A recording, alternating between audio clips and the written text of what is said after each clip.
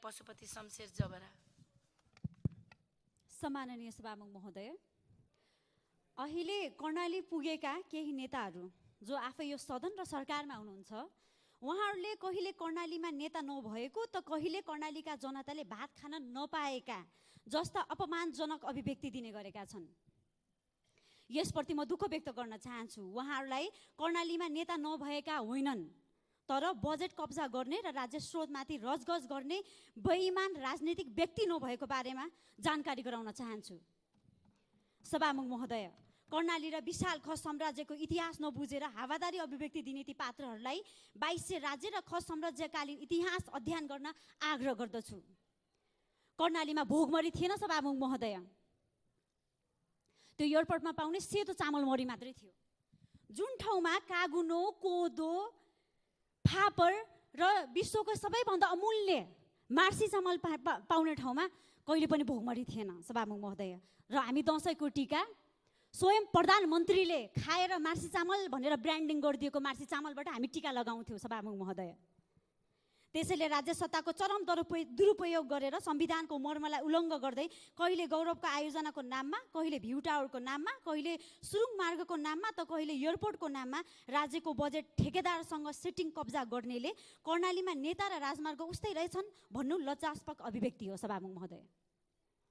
18 वर्षसम्म लोकतन्त्रको सुन्दर वर्ण गरेर राज्य सत्ताको गुलियो स्वादमा रुमुलिरहेकालाई म आग्रह गर्न चाहन्छु। प्रधानमन्त्री तपाईँकै, अर्थमन्त्री तपाईँकै, भौतिक मन्त्री तपाईँकै, पटक पटक सत्ताको स्वाद चाख्ने तपाईँ अनि दोष भन्ने कर्णालीका नेतालाई तपाईँहरूले सिकेको जनताद्वारा जनताको लागि भन्ने राजनीतिक आदर्श यही हो।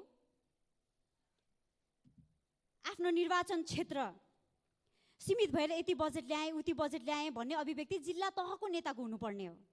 देशको मन्त्री, मुख्यमन्त्री भएका व्यक्तिले त संविधानको न्यायोचित विकासको मर्मलाई कार्यान्वयन गर्नुपर्ने होइन र? एकचोटि गम्भीर भएर सोच्न आग्रह गर्दछु।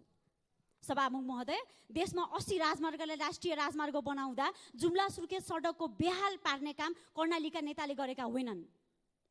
राष्ट्रिय गौरवका आयोजनाका नाममा देशमा 26 खर्ब निल्ने काम कर्णालीका नेताले गरेका छैनन्। कर्णालीमा पुगेर सोझा जनतालाई भ्रमित पार्नुभन्दा कर्णालीलाई क्षतिपूर्ति सहितको बजेट दिन पहल गरे भयो त। सरकार उनीहरूकै छ, के कुराले रोक्यो? विकास गरे भएको त। के कर्णालीका मान्छेले चिठी ल्याइकन दिया छन् हामी न गली विकास नगर्देऊ भनिकन? विभिन्न मापदण्ड बनाएर कर्णालीलाई बजेट र स्रोतविहीन पार्ने काम यिनै पुराना पार्टीका नेताले गरेका होइनन्। राज्यका निकाय कर्णालीका मान्छेको नियुक्ति खै? राज्यका स्वामित्व र अर्धस्वामित्वमा अन्य संरचनाहरू कर्णालीमा स्थापना भएको खै? कर्णाली मैत्री नीति तथा कानुनहरू निर्माण भएको खै? त्यसैले कर्णालीलाई व्यवहारमा वञ्चितमा राख्ने, भाषामा मनोवैज्ञानिक प्रभाव पार्न खोज्ने प्रवृत्तिको घोर भर्त्सना गर्दछु।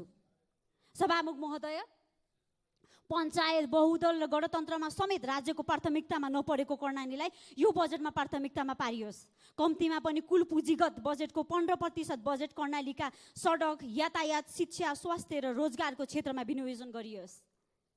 कर्णालीका माननीयले पेश गरेका साना ठुला कुनै पनि योजनाहरू जस्ताको त्यस्तै यो बजेटमा समावेश गरियोस्।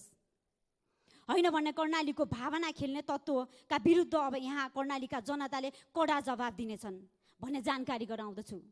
सभामुख महोदय, जहिले पनि कर्णालीमा जाने, कर्णालीका जनतालाई जथाभावी भनेर आउने, कर्णाली राम्रो छ पनि भनिहाल्ने, कर्णालीमा अथाह सम्भावना छन् पनि भनिहाल्ने, तर कर्णालीमा काम पनि नगर्ने। अनि कर्णालीबाट के भोट ब्याङ्क मात्रै हो? कर्णालीबाट भोट मात्रै चाहिने हो?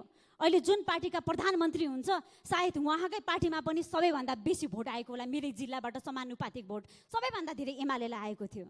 अनि अहिले गएर कर्णालीको बाटो कस्तो छ त्यस्तै त्यहाँका नेता छन् भन्न सुहाउँछ।